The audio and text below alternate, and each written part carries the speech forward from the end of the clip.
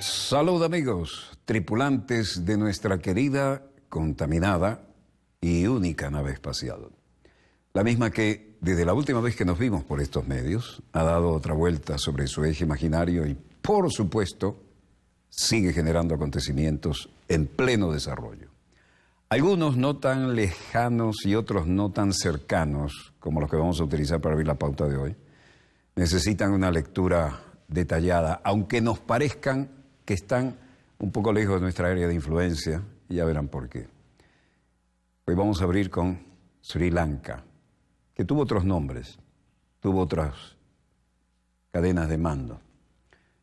Sri Lanka es esta nación, isla, aquí, muy al sur y al oriente de la parte sur de India. Vean lo importante que tiene y como valor estratégico. Y en la época en que navegaban a la vela y tratando de acercarse a las costas, aún ya tenía importancia. Pero aquí todos los imperios habidos y por haber trataron de meter la mano. De hecho, los primeros que llegaron por aquí fueron los navegantes portugueses, allá por 1505. Así que imagínense ustedes las historias, los explotadores, los explotados, los colonizadores y los colonizados que han pasado por allí. Bueno, siguen siendo noticia, pero por otras razones. Veamos los acontecimientos en pleno desarrollo. Las manifestaciones de nacionalismo sano, para otros no tanto, sobre todo para lo que eran los colonizadores.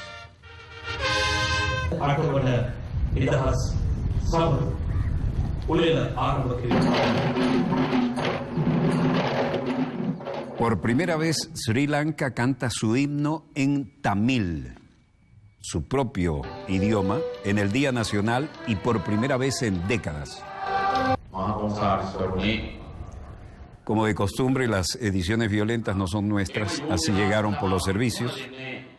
El himno de Sri Lanka sonó hoy en tamil en Colombo por primera vez en más de medio siglo, durante las celebraciones del 68º aniversario de la independencia de la antigua Ceilán del Imperio Británico. ¿Alguien recuerda el té de Ceilán? Un hecho de gran simbolismo tras la guerra entre la guerrilla tamil y el gobierno. Esto es la reconciliación, tras un año de avances hacia un proceso de unidad nacional que permita a Sri Lanka pasar página al conflicto después de casi 30 años con la guerrilla tamil. Hoy un grupo de escolares fue encargado de entonar hoy precisamente en tamil el himno en el Día Nacional, en un acto coronado además por un gran desfile militar.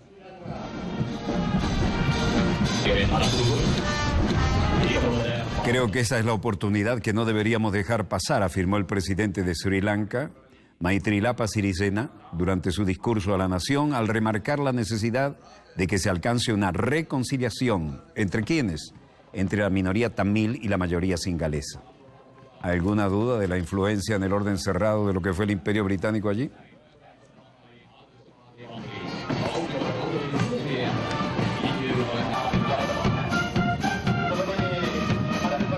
También hubo desfile naval y aéreo, y el Suresh Premachandra, dirigente de la Alianza Nacional Tamil, aseguró que esta es la primera vez desde 1949, desde que se canta la versión tamil del himno en los actos que conmemoran en la capital celandesa la independencia de los británicos en 1948.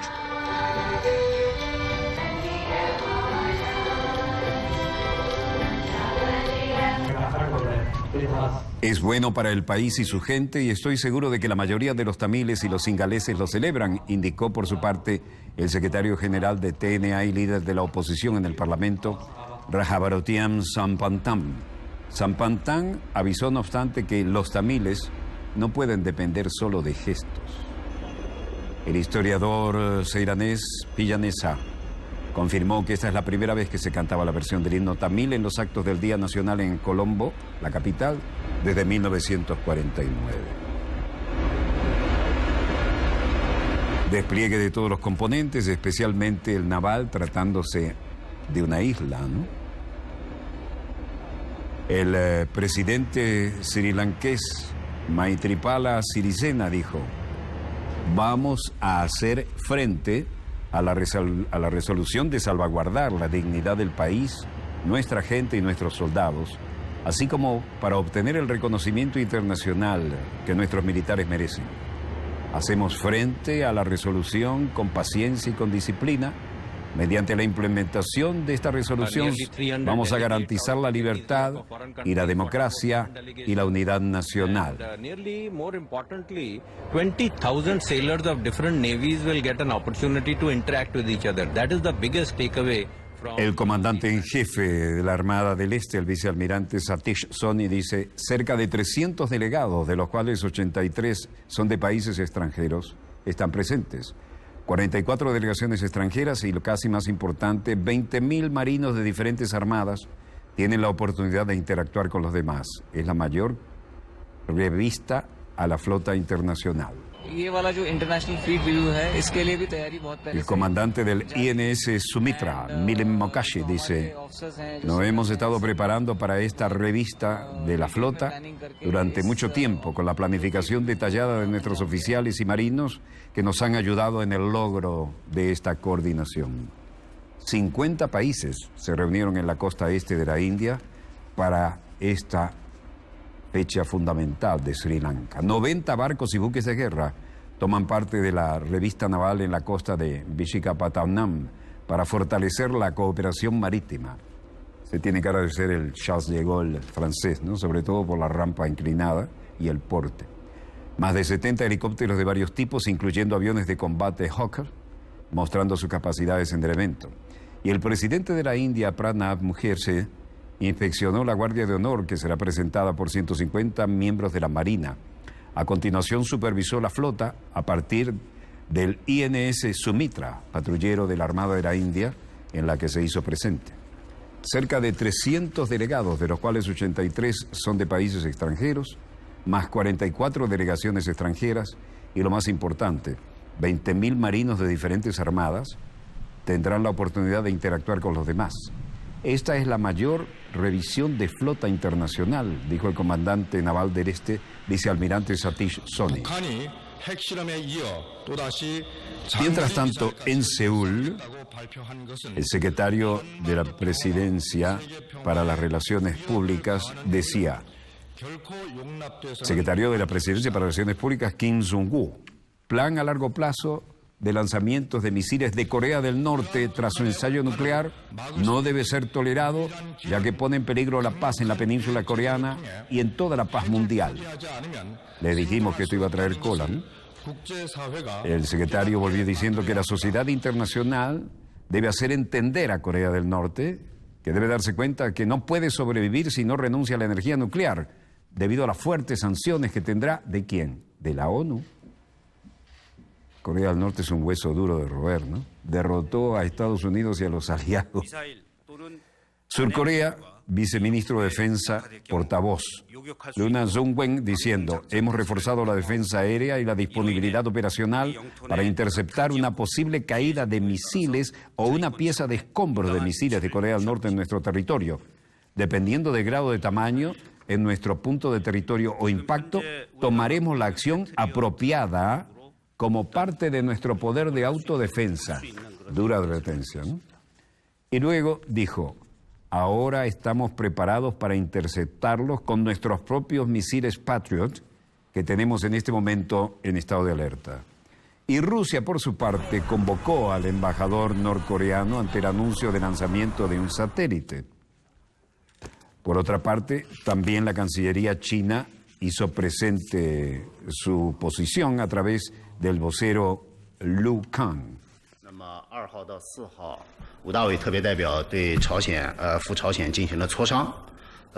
Desde el día 2 al 4, el representante especial Wu Da-wei llevó a cabo negociaciones con Corea del Norte y durante el tiempo que estuvo en Pyongyang, capital de Corea del Norte, se reunió con los altos jefes del Ministerio de Relaciones Exteriores, Ri Su-yong, y el vicecanciller Kim Kye-hwan, y además mantuvo conversaciones con el vicecanciller Ri Jong-ho En cuanto a las circunstancias específicas de sus discusiones, ha habido dos aspectos fundamentales. Uno eran las relaciones bilaterales entre China y Corea del Norte, incluyendo todo tipo de problemas en China y las relaciones de Corea del Norte, y también fue, segundo, en relación con la situación actual en la península de Corea, la ampliación de este tema. China dice que envió alto funcionario para dialogar sobre temas nucleares ante la pobre situación actual con los funcionarios norcoreanos.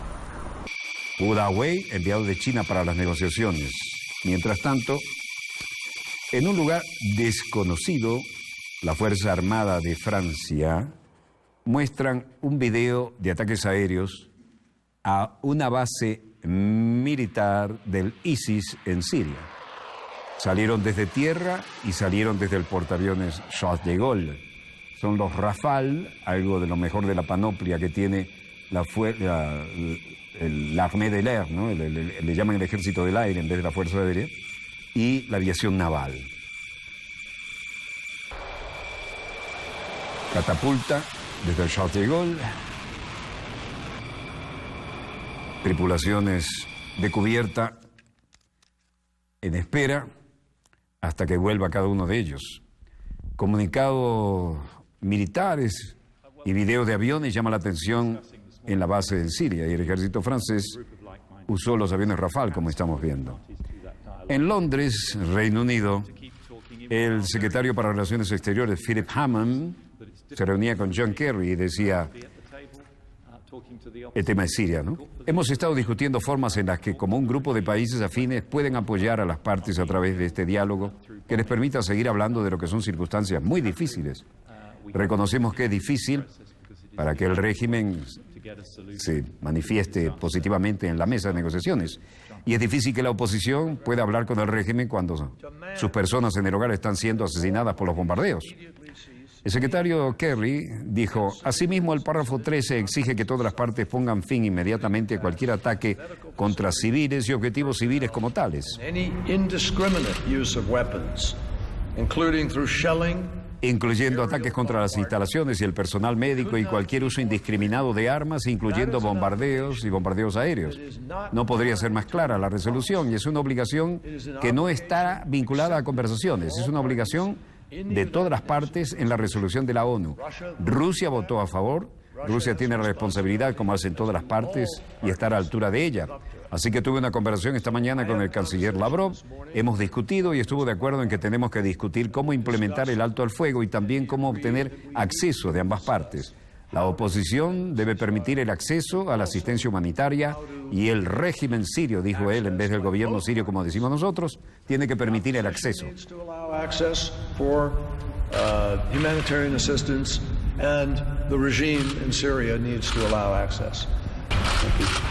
Ahora, como no le chupan las medias a los gringos, no es un gobierno, es un régimen, un régimen. Kerry dice que Lavrov está de acuerdo en discutir sobre el alto el fuego en Siria, en todo caso. Londres, obviamente Londres. Canciller de Australia llega para una bilateral. Y en este sentido, la canciller Angela Merkel dijo hoy que la catástrofe en Siria tiene que terminar y confió que la conferencia de donantes pueda llevar esperanza a los miles de personas que han huido del conflicto civil. Merkel intervino en el plenario de la apertura de la conferencia en Londres, en la que participan líderes de 70 países. Los vemos aquí llegando dentro del sencillo protocolo inicial, y cuyo objetivo es reunir al menos $8.000 millones para atender las necesidades humanitarias de millones de personas. No le dieron mucha cámara a la canciller alemana, pero era una de las figuras de mayor peso en la conferencia. La canciller alemana recalcó que la comunidad internacional debe actuar ahora, al tiempo que insistió en la necesidad de que haya un alto el fuego en Siria para ayudar a aliviar el sufrimiento humano. El secretario general de la ONU, Ban Ki-moon, dijo hoy en Londres que la situación en Siria es insostenible y recalcó que la manera de rescatar a la población de este intolerable sufrimiento, así lo definió, es a través del diálogo político. Al intervenir en el plenario de apertura de la conferencia de donantes en Siria, en la capital británica, Ban Ki-moon señaló que no hay una solución militar en Siria y que no podemos continuar así.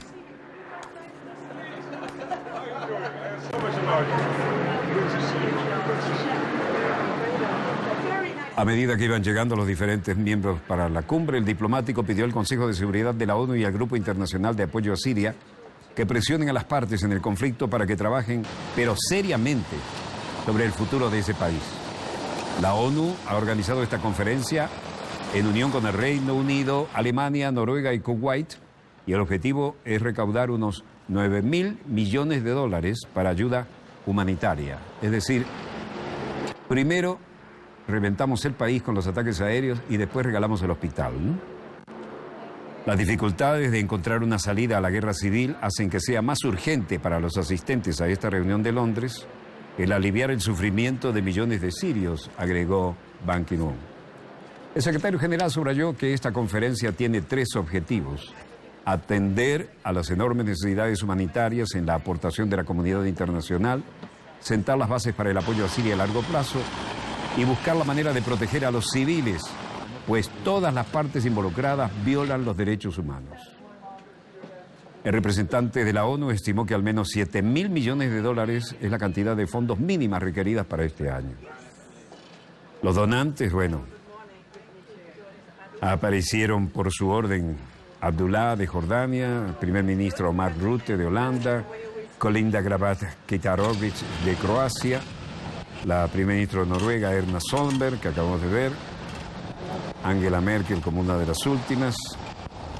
El conflicto sirio que estalló, mucha seguridad viene ahí, ¿no? El conflicto civil sirio que estalló en 2011 ha provocado el desplazamiento interno de 13 millones y medio de personas. 13 millones y medio de desplazados y 4.600.000 refugiados en países de la región. Aquí llega la peso pesado de Europa. No por su aspecto, ojo, sino por su peso como influencia geopolítica y, por qué no, eventualmente militar. La conferencia busca, además de fondos, responder a las necesidades de la educación de los menores refugiados para finales del año escolar 2016-2017, así como ayudar a los sirios que están en su país a disponer al menos de mínimos servicios sanitarios y de educación. Secretario de Estado, los pesos pesados llegan de último, ¿eh? Durante 2015, el número de refugiados sirios registrados en Turquía, Líbano, Jordania, Irak y Egipto aumentó en más de 1 millón de personas, con lo que la cifra total estimada en 4.600.000, de lo que la mitad son niños. Calculen el drama humano. Angela Merkel dijo que la catástrofe siria tiene que terminar. Lo dijo así tajantemente. Ahora, ¿hay voluntad política? Todos estos líderes que se dan bomba en las grandes cumbres, ¿tienen voluntad política y, sobre todo, tienen ganas de sacar la chequera? La canciller alemana Angela Merkel dijo hoy en Londres que la catástrofe en Siria tiene que terminar y confió en que la conferencia de donantes puede llevar esperanza nada más, a los miles de personas que han huido del conflicto civil. Merkel les hemos mostrado cada uno de los líderes que están en esa conferencia, ¿no? Donde todo el mundo lleva una buena carga de mala conciencia, pero vamos a ver qué sale de ella finalmente.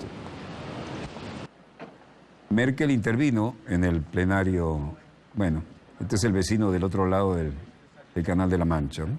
Merkel intervino en el plenario de apertura de la Conferencia de Londres, en la que participan líderes de 70 países y cuyo objetivo, como dijimos, es el de responder a lograr por lo menos 8.000 millones de dólares, no menos, tal es la gravedad de la situación, para atender las necesidades humanitarias de millones de personas. Como vemos, otra gran cumbre, otra gran oportunidad de fotos para los líderes de los principales países, pero veremos si tienen el coraje político y la solidaridad chequera en mano de realmente buscarle una solución a un país que, al fin y al cabo, también fue víctima como tantos otros en África, de la colonización europea. La política agradeció a los países como Jordania, Turquía y Líbano por recibir a refugiados y se mostró satisfecha de que la Unión Europea haya acordado adoptar $3.000 millones para ayudar a los que están en Turquía. For those UN funds so that we can feed refugees, we can house refugees. 70 países se reúnen en Londres para ayudar a refugiados sirios. Londres tiembla porque muchos de los que fueron sus colonias quieren venirse con esto a través de Europa y del Canal de la Mancha a lo que era su madre patria, pero ahora la madre patria no los quiere. David Cameron hizo un discurso un poco para afuera y un poco para su propio electorado. Creo que la película fue un muy poderoso recordatorio de por qué estamos aquí. Pasaron un film conmovedor. Y lo importante es que el trabajo que hacemos hoy en día, y creo que lo hacemos, tengamos tres cosas en mente, nos gustaría alcanzar en la actualidad. En primer lugar, la mayor promesa posible de esos fondos de la ONU, que podamos alimentar a los refugiados, que podamos albergar a los refugiados y que podamos asegurarnos de que reciban ayuda médica y la asistencia que necesitan. Además, hay que asegurarse de que los hijos de los refugiados no se mantengan fuera de la escuela. No queremos una generación que pierda la escuela y todo lo que significa para sus oportunidades de vida, por lo que queremos que todos los niños reciban educación en la región o en campos de refugiados, no más allá de finales de 2016. Todos tienen que tener eso como mínimo. Y la tercera cosa que debemos hacer aquí es de donde creo que esta conferencia hoy en día puede ser realmente de última hora creativa, es ayudar a los países vecinos para proporcionar puestos de trabajo y medios de vida para las personas que, por supuesto, su primera opción debería ser volver a casa en Siria y reconstruir su país. Pero no pueden hacer eso hoy en día, por lo que su segunda opción es permanecer en la región y tienen que mantener a sus familias.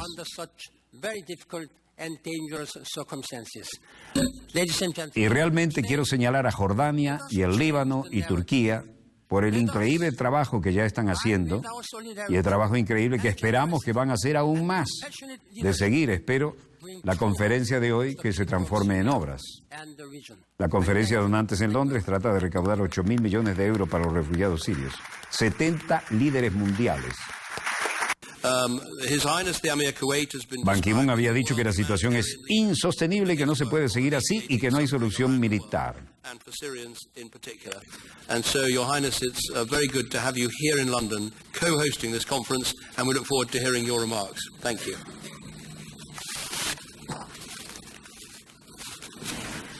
Cameron hizo la presentación del emir de Kuwait, quien dijo: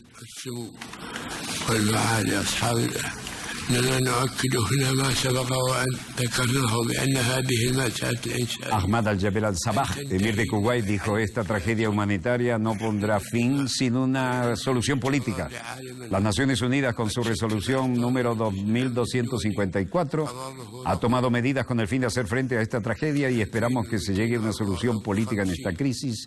Y en este respecto llamamos a una conclusión exitosa de las negociaciones de Ginebra, bajo los auspicios de Stefan de Mistura, enviado especial de la ONU para Siria.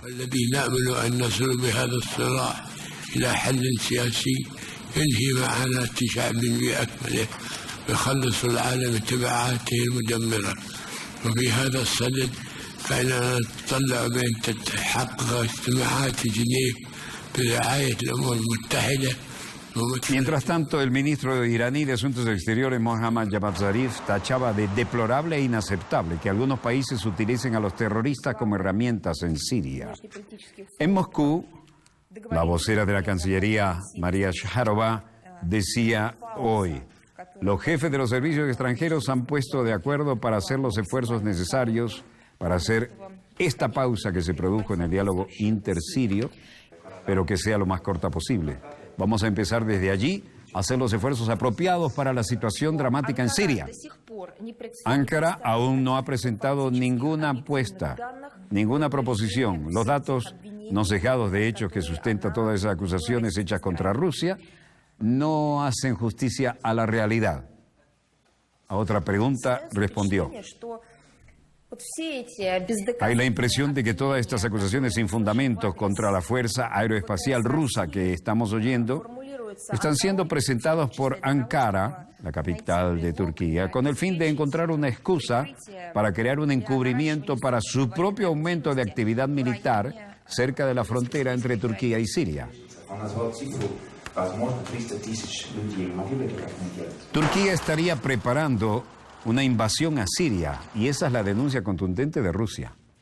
Rusia denunció este jueves que cada vez hay más indicios de que Turquía ha comenzado los preparativos para invadir a Siria, mientras que Ankara acusó a Moscú de cometer crímenes de guerra en territorio sirio, donde han intensificado sus bombardeos. Como vemos, empezaron la guerra de informaciones.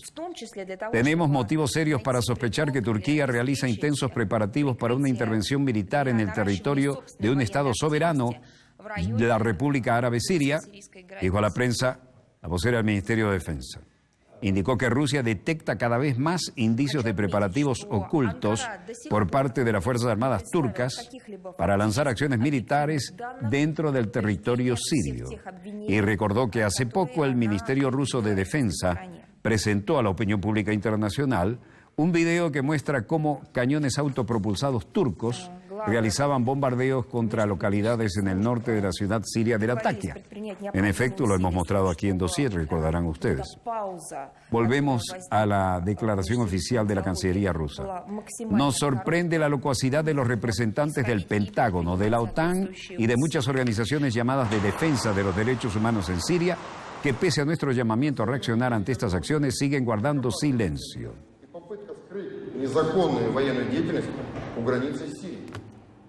Siguen las declaraciones y también el Ministerio Ruso de Defensa dice que Turquía se prepara para una invasión militar en Siria. Moscú informa que tiene razones fundamentadas para sospechar que Turquía está preparando una intervención militar en suelo sirio después de que Ankara prohibiera a un avión ruso sobrevolar su territorio. Este alto oficial dijo: tenemos razones fundamentales para sospechar que Turquía prepara intensivamente una invasión militar en territorio soberano de Siria. Ha anunciado este jueves el portavoz del Ministerio de Defensa y el general Igor Konashenkov. Tenemos razones fundamentales para sospechar que Turquía se prepara intensivamente para eso.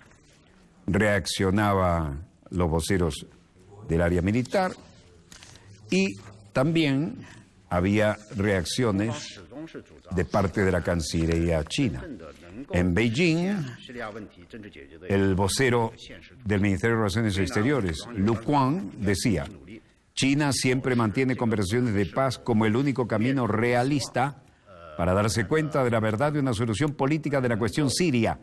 Por lo tanto, concluimos que todas las partes deben trabajar duro y de forma proactiva para mantener el impulso de las conversaciones de paz. Realmente esperamos que todas las partes implicadas en la paz mantengan las conversaciones de esa manera para que haya medidas de confianza, de buena voluntad y puedan reunirse entre sí a mitad de camino y cooperar con los esfuerzos de mediación del enviado especial de la ONU. Bueno, esa es la posición de la Cancillería china, cuyo edificio vemos aquí cambiando la bandera nacional.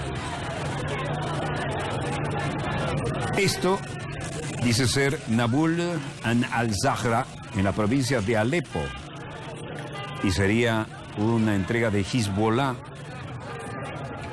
Los residentes celebran el final del sitio en la provincia de Alepo después que fuerzas gubernamentales apoyadas por Rusia volvieron a tomar los pueblos.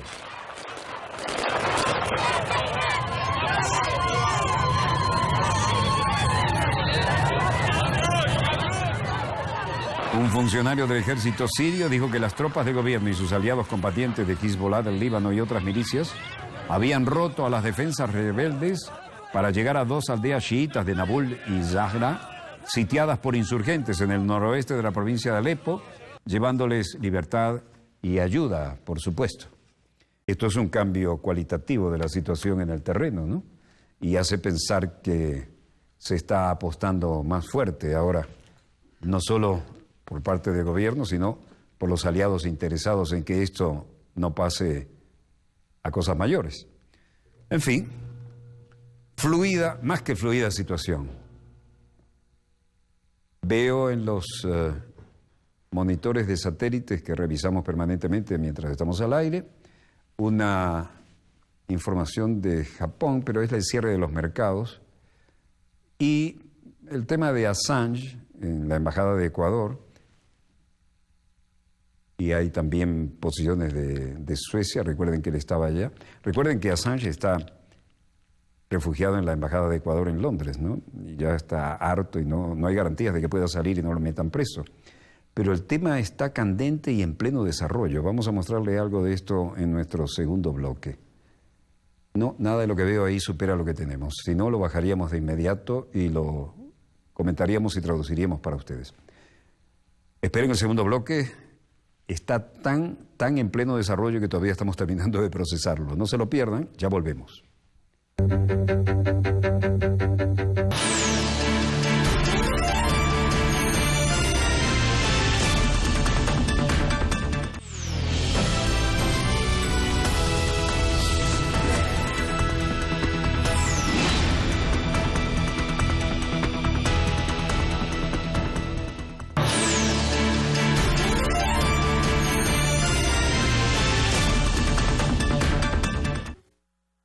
Volvemos con más acontecimientos en pleno desarrollo. ¿Recuerdan ustedes los dramáticos acontecimientos y aquella rebelión popular que pasó a la historia con el nombre del Caracazo?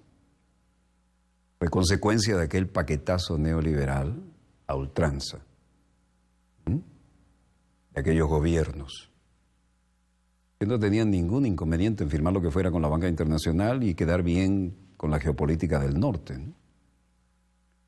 Ahora, esto no es materia opinable, esto es absolutamente objetivo.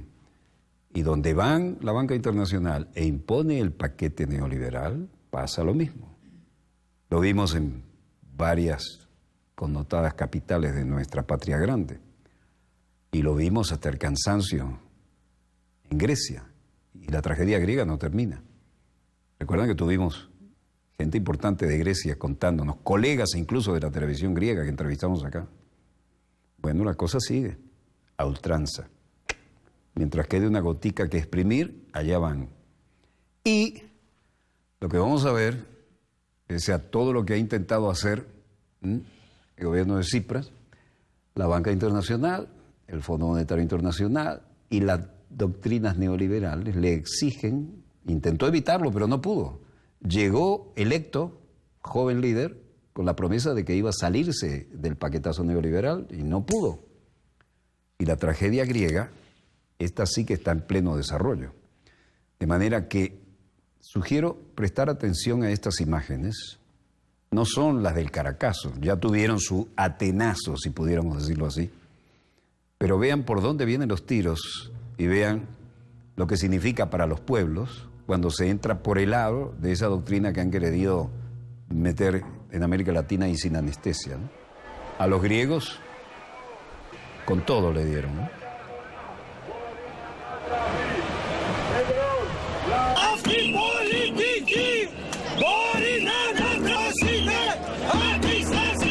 Huelga general y protestas en Grecia contra las reformas ahora de las jubilaciones. La gente que trabajó toda una vida ahora no puede contar con lo que esperaba. Paralizada por una huelga general y por masivas manifestaciones contra la reforma del sistema de pensiones propuestas por el gobierno de izquierda de Alexis Tsipras. ¿Por qué? Porque cayó bajo la presión de los acreedores internacionales del país. La banca versus el pueblo. Unas 40.000 personas marcharon en Atenas y cerca de 14.000 en Salónica. Y esas son cifras de la policía, muy conservadoras. En la capital, como estamos viendo, la policía dispersó con gases lacrimógenos a manifestantes que arrojaban cócteles Molotov. Tercera huelga que enfrenta el gobierno de Tsipras, soi-disant socialista, elegido hace un año con las promesas de poner fin a las políticas de austeridad exigidas nada menos que por el Banco Central Europeo y la Unión Europea. Y el Fondo Monetario Internacional, recuerdan el Caracazo, para mantener a flote este arruinado país de la zona euro, que funcionaba muy bien antes de esta doctrina aplicada. Pero Tsipras se vio obligado a aceptar en julio un nuevo plan que incluye la reforma, oigan bien, del sistema de jubilaciones, porque si no reformaba las jubilaciones no le dan el rescate de 86.000 millones de euros como consecuencia de la huelga. Trenes, ferries y numerosos vuelos quedaron paralizados. Los hospitales atienden situaciones de emergencia, las gasolineras cerradas, no se ven taxis, que suelen abundar en Atenas. La movilización dio lugar a una excepcional confluencia de sectores sociales, desde abogados hasta agricultores, que en los últimos días bloquearon carreteras con sus caravanas de tractores.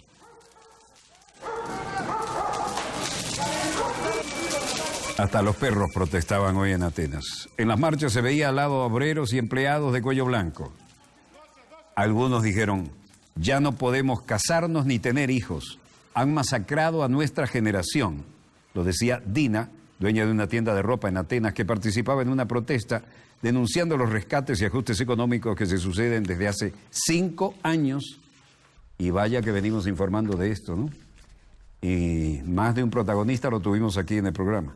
Muchos manifestantes llevaban globos negros sobre los que habían escrito promesas llenas de aire. Y los lanzaron al aire y otros decían promesas al aire, en referencia al programa electoral de Tsipras. Una columna enarbolaba una pancarta con inscripciones en chino para denunciar la inminente compra de la administración del puerto del Pireo por la compañía china COSCO en el marco de un plan de privatizaciones.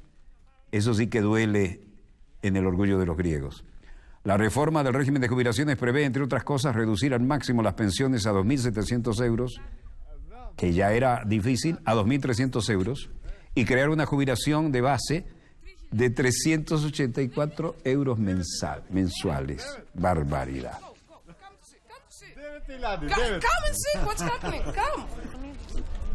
Bueno, esto es Macedonia, Idomeni, Grecia, frontera obviamente, policías tratando de mantener a la gente a raya.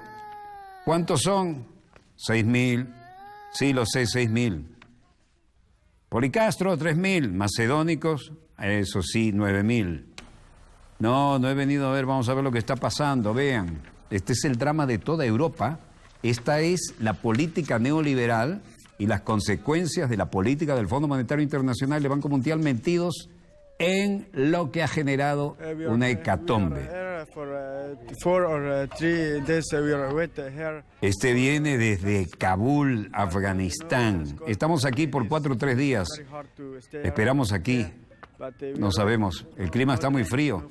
Los bebés sufren mucho por estar aquí, pero bueno, no tenemos nada para beber, no hay comida, no sé lo que va a suceder. Este es de Afganistán, Anil. Se trata de un tercer día que estoy aquí y estoy a la espera de un sello en mi papel para cruzar la frontera. Bueno, todos están esperando lo mismo. Macedonia abrió la frontera de unos pocos cientos de migrantes, miles esperan del lado griego. Macedonia volvió a abrir la frontera con Grecia en las primeras horas de la mañana, para permitir que unos pocos cientos de migrantes a través de ellas esperaran del otro lado. Macedonia restablece lentamente el transporte ferroviario para los migrantes de la frontera sur con Grecia, lo que podría aliviar un creciente atraso causado por las protestas a ambos lados de la frontera. Pero lo más desgarrador es esto, ¿no? Los niños. Los trenes se habían detenido durante varios días en protesta, taxistas enojados, la policía estaba dirigiendo a migrantes primero en trenes y autobuses para su viaje hacia el norte de Serbia, en ruta hacia el oeste de Europa. Y el tráfico ha sido interrumpido en la parte griega también por los agricultores que protestan por una reforma de las jubilaciones que está en el paquete neoliberal para satisfacer a los acreedores internacionales. Si usted trabajó toda la vida, tiene derecho a la jubilación de tanto. Bueno, ahora no va a ser tanto, ahora va a ser la mitad porque los acreedores internacionales nos lo exigen. No estaba claro cómo se resolvió la fila de taxis, pero un funcionario de la empresa de ferrocarriles de Macedonia dijo que un tren había salido de la ciudad fronteriza de Iveguelilla esta mañana. Bueno, estos eran testimonios, ¿no? Un conductor de autobús, Nikos, decía, 4 días aquí, mucha gente, cerrado para Macedonia, Grecia, Yugoslavia, todo cerrado. Otro migrante de Afganistán. Toda la gente de Siria, Irak, Afganistán y Pakistán viene aquí porque queremos ir a Macedonia, porque la policía dice que la frontera está cerrada y que no tienen más dinero para gastar, para conseguir comida. También tenemos una gran cantidad de problemas humanitarios y queremos salir de aquí, queremos poder pasar la frontera.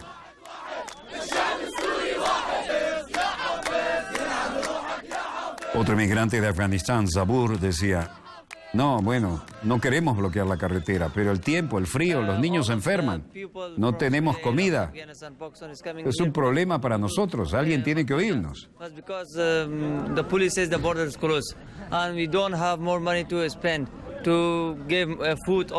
No tenemos más dinero para gastar aquí y la policía de fronteras no nos deja pasar.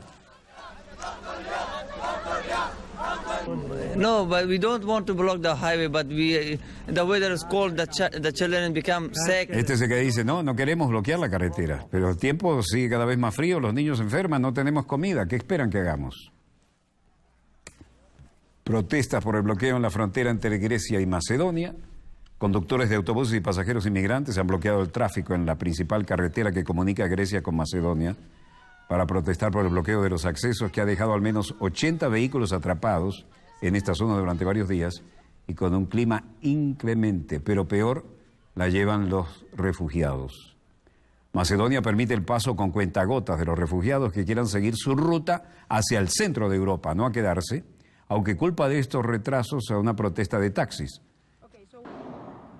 Esto es Londres, Inglaterra. Aquí la noticia es bastante diferente. Un comerciante acusado de flash crash para oponerse a la extradición de Estados Unidos. Un operador de Londres acusado por las autoridades de Estados Unidos de ayudar a hacer en 2010 Wall Street el llamado flash crash que alteró ilegalmente los mercados, apareció en la corte el 4 de febrero para tratar de bloquear la extradición a Estados Unidos. Navinder Sarao, de 37 años, detenido por la policía británica con una orden de Estados Unidos el pasado mes de abril, ha sido acusado por un gran jurado federal de Estados Unidos por 22 cargos criminales, incluyendo el fraude electrónico y fraude de mercancías y manipulación de los precios de materias cruzadas. Y aquí la Comisión Europea anuncia también las datas para transferir los personajes no deseados. Y aquí está trancada la situación con este hombre que se lo llevan o que no se lo llevan.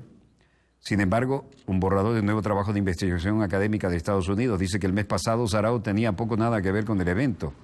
Pero aquel flash crash, aquel anuncio de catástrofe en el Dow Jones de Industriales, sumergió brevemente 1.000 puntos el 6 de mayo de 2010, limpiándose temporalmente, y casi $1 billón pasaron de mano en el valor del mercado. Esas son jugadas muy arriesgadas, pero cuando los pescan le dan con todo, ¿no? Estrasburgo, Francia. Dejamos el avión que iba a llevar o no llevar al hombre. Comisario europeo responsable de justicia, Vera Jourova. Hemos concluido negociaciones con Estados Unidos sobre un marco renovado y seguro para los flujos transatlánticos de datos. Acabo de concluir conversaciones con el secretario de Comercio de Estados Unidos, Pritzker, y estoy muy contenta porque el Colegio de Comisarios ha apoyado hoy la conclusión de las negociaciones sobre lo que creo es un marco sólido y seguro para el futuro de los flujos de datos transatlánticos. Claro, sobre todo la banca quiere esto, los especuladores quieren esto. Comisario europeo encargado de la tecnología digital, Andrew Ansip, dice: queremos estar seguros que cuando los datos personales de los europeos se envían a los Estados Unidos, los datos sigan estando protegidos. El intercambio seguro y abierto de datos es muy importante en nuestro mundo digital. Hemos acordado con nuestros socios de Estados Unidos un nuevo marco de garantías con los controles adecuados y equilibrios para nuestros ciudadanos. Y la responsable europea de justicia, Vera Jourova, decía: también hemos acordado vigilar el funcionamiento de esta disposición. La Comisión y el Departamento de Comercio quieren que se realice una revisión anual conjunta que sirva para fundamentar los compromisos adquiridos. Bueno, esto es un pacto de transferencia de datos transatlánticos entre Estados Unidos y la Unión Europea. La Unión Europea y Estados Unidos han estado compitiendo para reemplazar el marco de transferencia de datos transatlánticos previo al llamado de Puerto Seguro. Ciudad del Vaticano.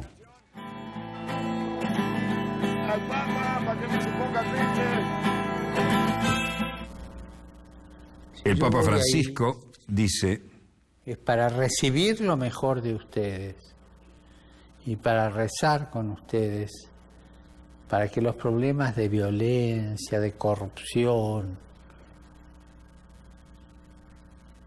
y todo lo que ustedes saben que está sucediendo se solucione. porque el México de la violencia, el México de la corrupción, el México del tráfico de drogas, el México de los cárteles, no es el México que quiere nuestra madre. Y por supuesto que yo no quiero tapar nada de eso. Al contrario, exhortarlos a la lucha de todos los días contra la corrupción, contra el tráfico, contra la guerra, contra la desunión, contra el crimen organizado, contra la trata de personas. Tratando de cambiar o modernizar. Los eventos masivos serán la misa en Ecatepec, en el céntrico Estado de México, para los que repartirán 300.000 boletos gratuitos. Y ahora estamos en Londres, obviamente. Esta es la embajada de la hermana República de Ecuador. Ergo, saben de quién hablamos, ¿no? Falla Wikileaks, dice, la ONU falla que la detención de Julian Assange es arbitraria. ¿Le importará eso a la policía del Reino Unido? El Comité Legal de las Naciones Unidas encontró que el fundador de Wikileaks, Julian Assange, ha estado detenido arbitrariamente en el Reino Unido, según pudo saber la propia BBC. Assange, por lo tanto, se refugió en la Embajada de Ecuador en Londres en 2012, y allí sigue, para evitar la extradición a Suiza, para enfrentar presuntas acusaciones de abuso sexual que él ha negado rotundamente. Ahora, ¿qué pasa? Assange es el fundador de Wikileaks y había anunciado por Twitter que se entregaría a las autoridades británicas si el fallo le era contrario, pero pidió que su orden de arresto fuera derogada si la decisión le favorecía. El fallo del Grupo de Trabajadores de Naciones Unidas sobre detenciones arbitrarias se anunciará el viernes, pero no es vinculante. Grupo de trabajo de la propia Naciones Unidas sobre detenciones arbitrarias se ha pronunciado. La policía británica comunicó que Assange será arrestado en cuanto ponga un pie fuera de la embajada. Assange, quien ha permanecido por más de 3 años en la embajada de la hermana República de Ecuador en Londres, se quejó a Naciones Unidas de la posición del gobierno británico. ¿Qué es y qué puede hacer el panel de la ONU en el caso en que Julian Assange puso ahí sus esperanzas? En un comunicado difundido por Wikileaks en Twitter este jueves, Assange dijo: si Naciones Unidas anuncia mañana que he perdido mi caso contra el Reino Unido y Suecia, saldré de la embajada al mediodía del viernes para aceptar el arresto de la policía británica, ya que no hay ninguna perspectiva significativa de nuevas operaciones. Sin embargo, si yo prevalezco y se determina que las partes estatales han actuado de manera ilegal, espero la devolución inmediata de mi pasaporte y el final de nuevos intentos de arrestarme. Y eso es lo que ha ocurrido. La BBC entiende que el Comité Legal de la ONU que examina el caso ha fallado muy a favor del fundador de Wikileaks. Tras recopilar evidencia del Reino Unido y Suecia, el Grupo de Trabajo de Naciones Unidas sobre detenciones arbitrarias tomó su decisión en diciembre.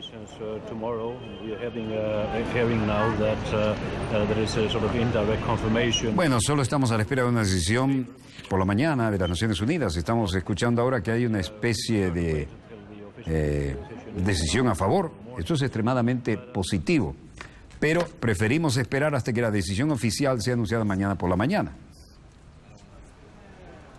Todo el mundo a favor de la liberación de Assange.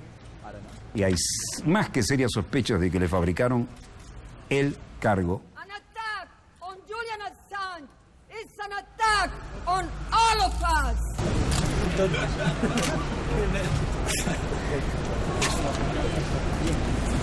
Christine Harrison, portavoz de Wikileaks, dice: Julián es muy esperanzador que va a ganar, va a ser en su favor. Él está a la espera de la reacción inmediata por parte de los gobiernos de Suecia y del Reino Unido al levantamiento de la orden de detención, que el Reino Unido le hará entrega de su pasaporte, espera él, y que tendrá su libertad.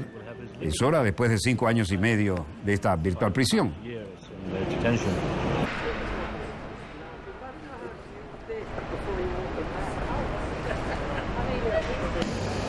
Bueno, el edificio donde está la Embajada de la Hermana República de Ecuador sigue siendo centro de atención y el grupo de trabajo ha hecho que el juicio de Assange sea noticia mundial. Se disputa los titulares con el carnaval.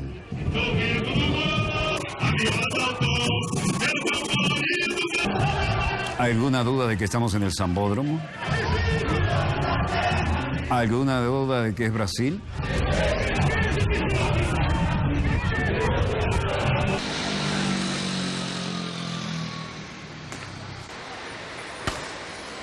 La musa del carnaval, Larisa Neto, decía, no podemos vivir simplemente de la samba y de la pose. Es una mezcla de muchas cosas.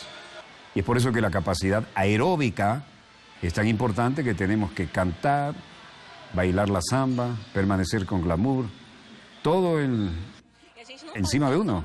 No podemos dejar que nadie vea que estamos cansados. Son 40 minutos en el Sambódromo, pero son muy intensos. E tá glamourosa, tudo na pose, no salto, né? Não deixar perceber, as pessoas perceberem o nosso cansaço e tal, porque são 40 minutos muito intensos. ¿Alguna vez se imaginó usted que el carnaval le iba a llevar todo esto? Se lo toman como corresponde, muy seriamente. El entrenador personal, Fabricio Maturana. Inferiores bem forte para aguentar a rotina de ensaios y por ficar sambando el tiempo todo. Larisa necesita una muy fuerte musculatura en sus extremidades inferiores con el fin de soportar la rutina con todos los ensayos y para bailar samba durante mucho tiempo en los talones. La capacidad aeróbica es también muy importante debido a la rutina que consiste en 2 o 3 ensayos por semana. Y Larisa Neto, una de las musas más importantes de este carnaval. Todo el mundo se pregunta cómo logramos avanzar en este tipo de tacones tan altos y zapatos tan enormes. Para mí, cuanto más grande, mejor. Ayuda a mantener mi postura.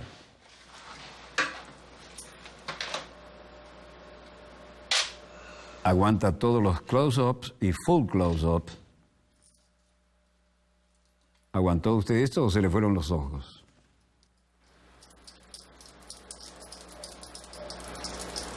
Bueno, aquí tiene el otro lado del gran carnaval cuando lo vea en el Sambódromo. Y aquí es cuando habla de los tacones con altísimos zapatos y tan pesados. Sapato enorme e tal, como é que vocês conseguem? Não, no meu caso, quanto maior para mim é melhor. Porque me ajuda na minha postura. Essa parte da frente aqui é chamada meia pata, né? Tiene toda una estructura. Este detalle en la parte delantera se llama mitad del casco y tiene una gran estructura más grande aquí en el frente que le da mayor estabilidad al bailar samba. Como la base de la danza se realiza en puntas de pies, el talón es un detalle, pero importante. Casi nunca toca el suelo, por lo que la base es lo importante.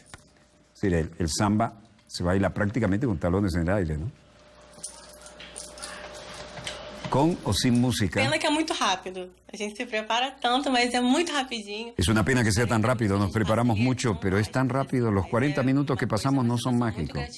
Es una sensación de gratificación verdadera, el amor y la pasión por la escuela. Claro, se refiere a la escuela de samba, ¿no?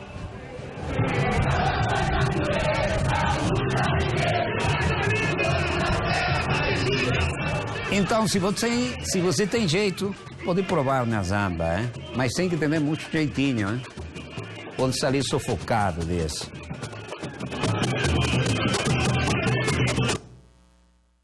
Y eso, lo que se viene, lo tradicional, en el Sambódromo, que así se llama, y que tiene una avenida de desfiles que ya quisieran para sí algunas Fuerzas Armadas, no las nuestras, por supuesto, que tienen súper avenida de desfiles. No olvidemos que el general Charles de Gaulle, cuando lo pasearon por todo el complejo militar del Ministerio de la Defensa, las academias y las avenidas, dijo, con toda su politique de grandeur de Francia, reconoció amable e hidalgamente, dice, Francia, con todas sus responsabilidades militares, no me canso de repetir esto, ¿no? Dijo, Francia con todas sus responsabilidades militares no tiene instalaciones como estas que ustedes tienen en Venezuela. Bueno, privilegio de los países del tercer mundo, ¿no? O de lo que dejan atrás los grandes líderes cuando sí piensan en la patria.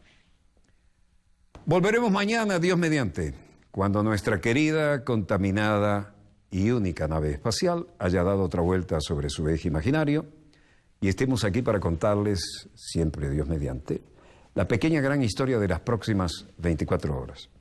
He recibido algunos feedback de cuando comentamos que, porque somos los decanos de la información internacional con satélite en vivo, y algunos recuerdan, y he estado revisando el archivo, he rescatado por lo menos 2 fotos de aquello que comenzó para la historia de la televisión venezolana y de América Latina, en el Cerro Marín, en el barrio popular de La Charneca, en esa cota alta donde el general Marcos Pérez Jiménez dejó la televisora nacional. En el gobierno de Caldera I comencé, y he recuperado algunas fotos de la sala de redacción de donde transmitíamos en vivo, y creo que las vamos a poder mostrar, por lo menos un par de ellas. Eso en homenaje a todos aquellos que dicen, te seguimos desde esa época. Bueno, que Dios nos dé salud, que de lo demás nos encargamos nosotros. Desde el estudio 3 de Venezolana de Televisión, el canal pionero de la televisión venezolana, finaliza aquí Dossier, el programa decano en todo el hemisferio occidental de la información internacional vía satélite. Les habló Walter Martínez, productor y conductor del mismo. Disponga usted de las cámaras, señor director.